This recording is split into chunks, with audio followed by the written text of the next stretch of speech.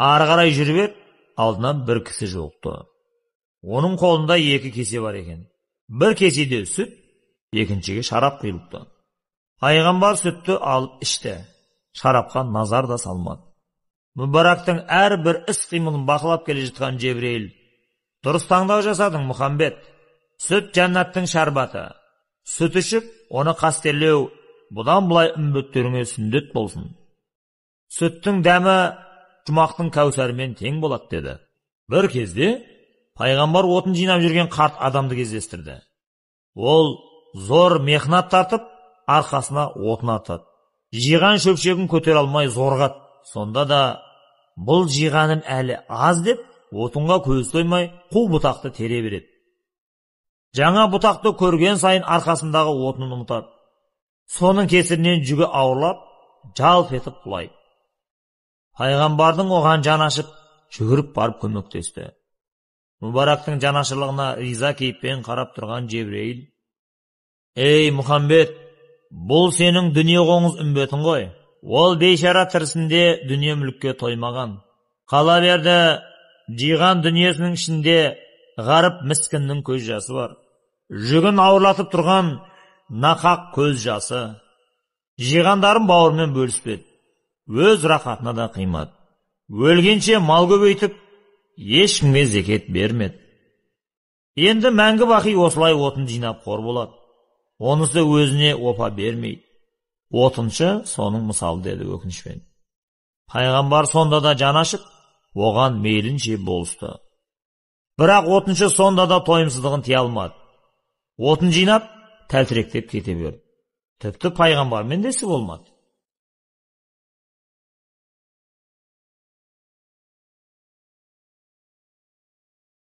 Расул мен періште әрі қарай жүргенде құдық қазып жатқан адамды көрді. Ол құдығын машақатпен қазып болғаннан кейін маңдай терін сүртіп, оған қауға тастады. Бірақ құдықтан бір тамшы да су шықпады. Әлгі пенде қайта тастады. Ақыры болмағасын, шөлдегеннен ерні кезеріп, қайтадан құдық қаза бастады. Пайғамбар оны аяп кетіп жанына барды. Қолындағы қауғасын алып құдыққа тастайын деп оқталды да, кенет тоқтай қалды. Құдықтың іші тола су екен. Пайғамбар таң қалып: «Әй Жебірейіл, бұл не хикмет? Құдық суға толы, ал мына бейшара шөлден қаталап, бір тамшы су ала алмай зорығып тұр», деді. Жебірейіл басын шайқап: «Бұл құдықшы бақытсыз жан. Қауғасын қанша салса да, өзі қазған құдықтан бір тамшы су іше алмай, мәңгі бақи қор болады. Ол адам дүниеде талай жанға жақсылық жасаған бай болған. Бірақ жақсылығын міндет етіп, елден мақтау тілеп, өзгеден сый, құрмет дәметіп жүретін. Соның кесірінен игілігінің қайырын мәңгі дүниеде көре алмай сорлап отыр», деді. Пайғамбар оған жаны ашыған күйі қасынан өте берді. Бір уақытта пайғамбар бір бейбақтың екінші бір кісіге жабысып соңынан қалмай жүргенін көрді. Ол қайда барса да, «Ақымды бер» деп қасынан бір елі ажырамайды. «Ей, бұл адам саған не істеді?» деп сұрады. «Бұл кісіде менің алынбаған ақым бар», деді. «Қандай ақы?» «Бұл менің көршім еді. Ұлық Алла оған байлық нәсіп етті. Ауласынан үнемі ауқатты адамдар арылмайтын. Ал мен өте кедей пақыр болдым. Күнде оның есігінен сығалап телміріп тұратынмын. Ол маған көзінің қиығын да салмайтын. Бала шағам аш жатты. Бір татым нанға зар болдым. Алла дәулетті бір басына үйіп төгіп бергенде, ішіне кедей кепшіктің де несібесін берген еді. Бұл байлығын қажетсіз жерге шашты. Қияметте екеуміз қатар келіп, Алла берген сол көршілік ақымды сұрап жүрмін», деді. Пайғамбар бұрынғы байға қараса, мүсәпір күйге түсіпті.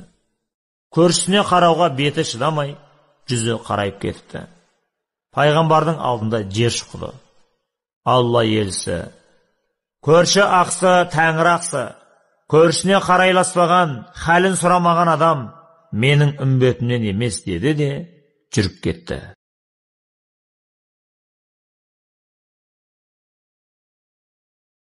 бір кезде қайнап жатқан екі қазанды көрді. Оның бірінде адал ет, екіншісінде ірің сасыған арам ет балбырап пісіп тұрды.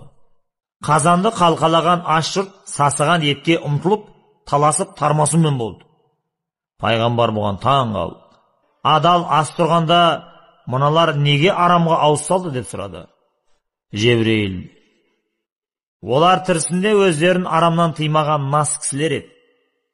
Бұл дүниеде арам аш жесе, о дүниеде де лас ауқатты қорек қылады. Жеп отырғаны ет емес, көздеріне солай елестейді. Әсілінде бұлар тозақтың тағамдары, құсық, сасық және ірің. Осыны ішкеннен кейін мың өліп мың тіріледі. Бұл дүниеде адалдан басқаны татып алмағандар тек жәннаттың ауқатын жейді деді. Пайғамбар: менің үмбетім астың адалын жейді, бісмілласыз аузына дәм алмайды деді де сапарын жалғастыра берді.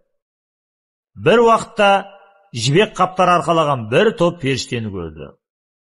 Олар Мұхаммед пайғамбарға келіп сәлем берді. Жебірейіл, бұл періштелер жердегі адамның тілегін Аллаға жеткізуші, адамның тілек талаптарын қаптарына толтырып, Алланың дәргейіне жеткізеді деді. Пайғамбар: қандай тілек жеткізеді деп сұрады. Ақ дастархан басында айтылған тілекті, мазардың қасындағы айтылған ниетті, ауыр сапар мен сахардағы намаздың дұғаларын дорбаға салады. Алланың алдына барғанда осы дорбалар ашылады. Ұлық Алла оларды жауапсыз қалдырмайды деді. Кімнің тілегі Алланың алдында мүлтіксіз қабыл деп сұрады пайғамбар.